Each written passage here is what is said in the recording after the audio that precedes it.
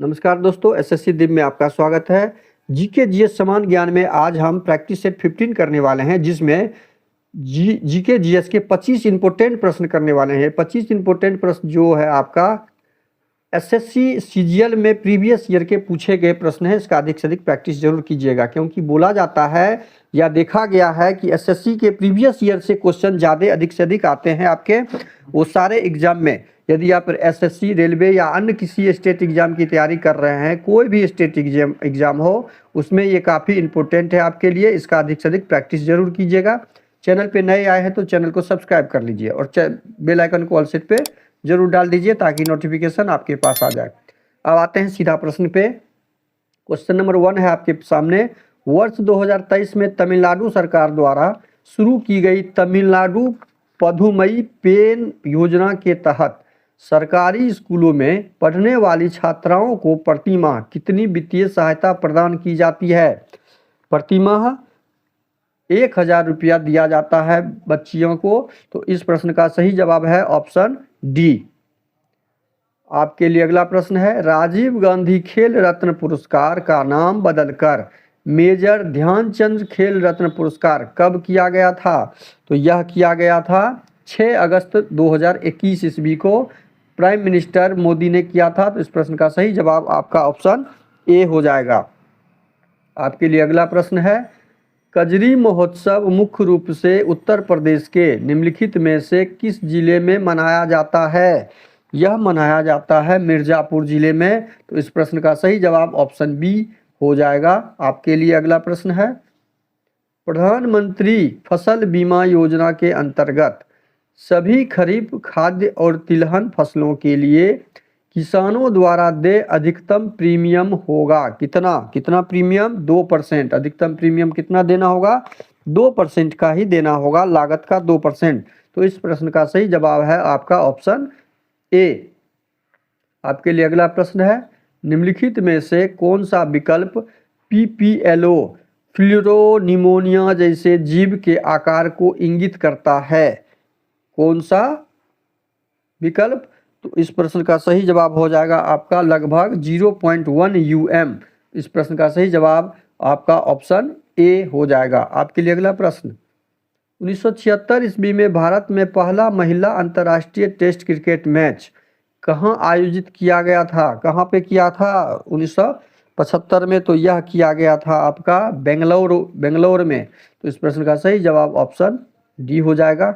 आपके लिए अगला प्रश्न है। 1985 में Robert F Curl, Harold W Kroto और रिचर्ड ई स्मॉली ने कार्बन के किस अपरूप की खोज की थी? तीनों वैज्ञानिक ने मिलकर कार्बन के जिस अपरूप को खोज की थी वह कौन था? वह था फुलेरिन।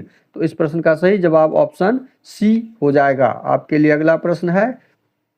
स्टैंड अप इंडिया पहल का प्राथमिक उद्देश्य क्या है? स्टैंड अप इंडिया का प्राथमिक उद्देश्य SC, ST और महिला उद्यमियों के लिए बैंक ऋण की सुविधा प्रदान करना। Stand up India.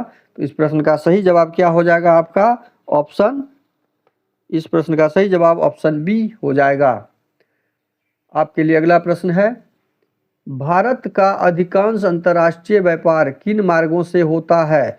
भारत का अधिकांश अंतर्राष्ट्रीय व्यापार समुद्र और हवाई जहाज से होता है। तो इस प्रश्न का सही जवाब ऑप्शन ए हो जाएगा। आपके लिए अगला प्रश्न। मौखरियों ने पश्चिमी उत्तर प्रदेश में निम्नलिखित में से किस शहर पर शासन किया, जिसने समय के साथ उत्तर भारत के राजनीतिक केंद्र पाटलिपुत्र को प्रस्थापित कर दिया? मौखरियों ने तो यह किया था कन्नौज में। तो इस प्रश्न का सही जवाब क्या हो जाएगा ऑप्शन ए, कन्नौज। आपके लिए अगला प्रश्न है। भारत की जनगणना 2011 के अनुसार अन्य धर्म और अनुनय की जनसंख्या कितनी है? अन्य धर्म और अनुनय की जनसंख्या 7.9 मिलियन है। तो इस प्रश्न का सही जवाब ऑप्शन सी हो जाएगा। आपके लिए अगला प्रश्न है। निम्नलिखित में से कौन उष्णकटिबंधीय पर्णपाती वनों की प्रजाति है?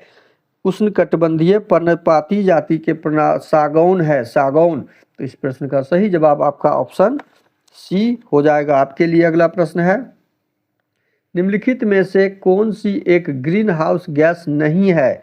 ग्रीन हाउस गैस नहीं है कौन सी? Nitric oxide. तो इस प्रश्न का सही जवाब क्या हो जाएगा? का सही जवाब ऑप्शन सी होगा। आपके लिए अगला प्रश्न है, निम्नलिखित करों को लागू करने के क्रम की पहचान कीजिए। भूमि राजस्व, बिक्री कर, मोडबैक।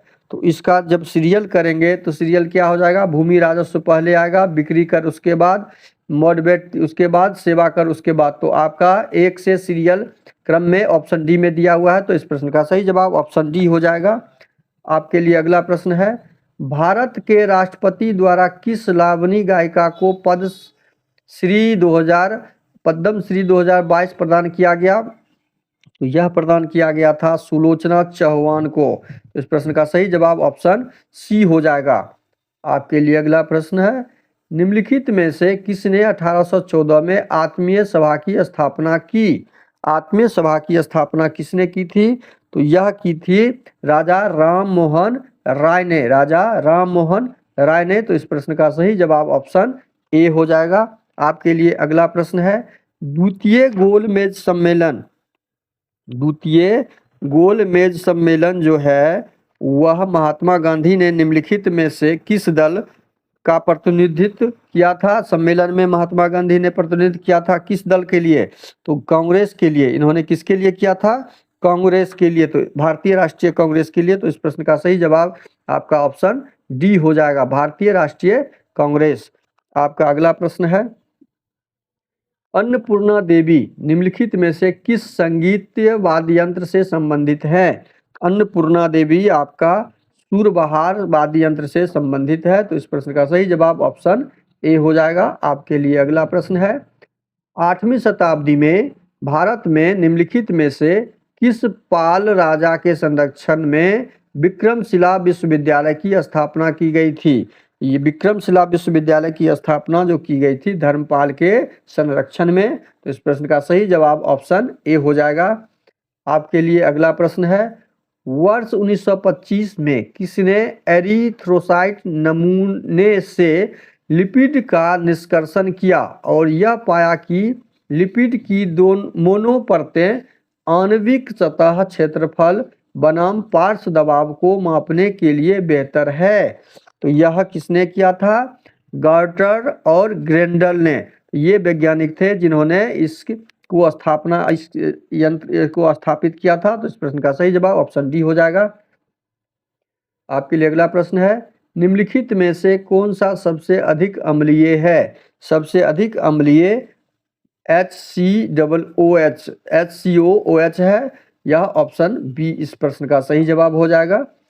आपके लिए अगला प्रश्न है, फरवरी 2023 में निम्नलिखित में से किसे झारखंड का राज्यपाल नियुक्त किया गया? झारखंड का राज्यपाल फरवरी 2023 में सीपी राधाकृष्णन को नियुक्त किया गया। इस प्रश्न का सही जवाब ऑप्शन ए हो जाएगा। आपके लिए अगला प्रश्न है, जब आप कुछ स्कूली विद्यार्थियों को हुमायूं के मकबरे की शैक्षणिक यात्रा के दौरान दीवारों पर अपना नाम लिखते हुए देखते हैं तो आप पर कौन सा मौलिक कर्तव्य लागू होता है? मौलिक कर्तव्य लागू होता है सार्वजनिक संपत्ति की सुरक्षा करना। तो इस प्रश्न का सही जवाब ऑप्शन ए हो जाएगा।